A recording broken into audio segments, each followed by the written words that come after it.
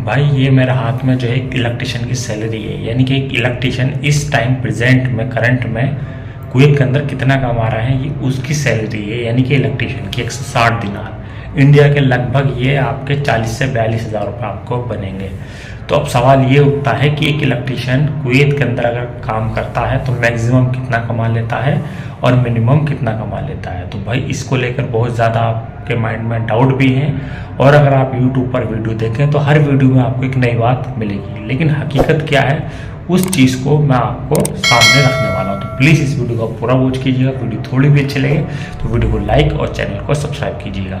देखिए भाई सिंपली ये, आप इलेक्ट्रिशियन छोड़ो, किसी भी काम में अगर आप कुवैत में आते हैं तो उसकी जो सैलरी होगी वो वीज़ा पर डिपेंड करती है, प्लस कंपनी पर डिपेंड करती है, और प्लस आपके काम पर डिपेंड करती है। वो कैसे, आप ध्यान से सुनिए। देखिए भाई, अगर आप फ्रेशर आ रहे हैं तो आपकी जो सैलरी है वो कम से कम ही होगी, चाहे वो कंपनी की वीज़ा में आए या आज़ाद वीज़ा में आए।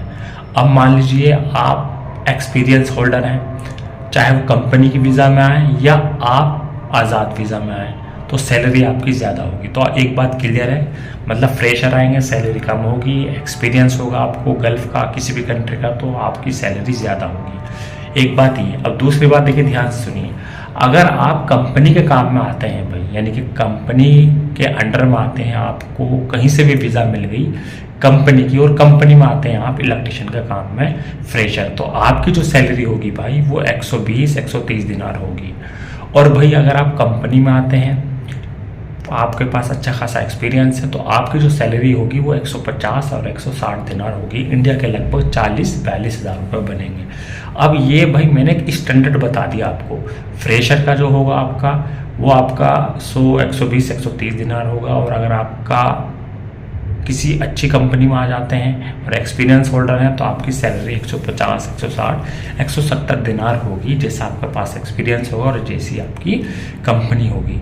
तो ये कंपनी के आधार पर मैंने बात करी। अब मान लीजिए आप अपनी वीज़ा लेके आते हैं, आज़ाद वीज़ा पे आते हैं और इलेक्ट्रिशियन के काम में आते हैं फ्रेशर, तो आपकी सैलरी भाई एज ए हेल्पर आप काम करेंगे तो उसमें यहाँ पर डे का भाई 9 दिनार मिल जाए या 10 दिनार मिल जाए, 11 दिनार मिल जाए, जो जैसे देना चाहे।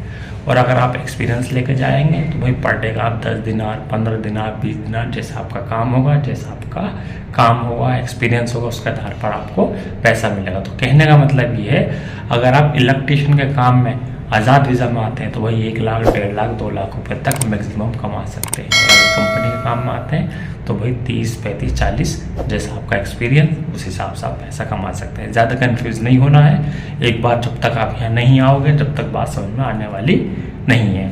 तो बस आज की वीडियो में इतना ही बताना था। वीडियो थोड़ी भी अच्छी लगी तो वीडियो को लाइक और चैनल को सब्सक्राइब कीजिए। Thank you for watching.